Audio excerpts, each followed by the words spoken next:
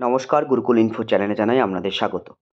আপনারা সকলেই জানেন যে 40তম যে বার্ষিক ক্রীড়া প্রতিযোগিতা পশ্চিমবঙ্গের প্রাথমিক শিক্ষা পর্ষদ একটি নোটিফিকেশন আকারে বের করেছিল। সমস্ত অঞ্চল থেকে চক্র, মহকুমা এবং জেলা একদম স্তর পর্যন্ত খেলা কিন্তু একদম শেষ হতে চলেছে।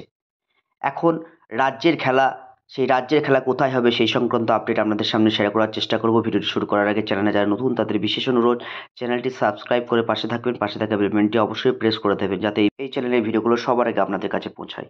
দেখুন, গত 31/1/2025 তারিখে সমস্ত চেয়ারম্যানদের উদ্দেশ্যে চিঠিটি করা হয়েছে। একদম West Bengal board of primary education করেছেন। Schedule of 40th state level annual sports meet for the students of primary junior basic school মাদ্রাসা এসএসকে ইনক্লুডিং সিটুয়েশনস।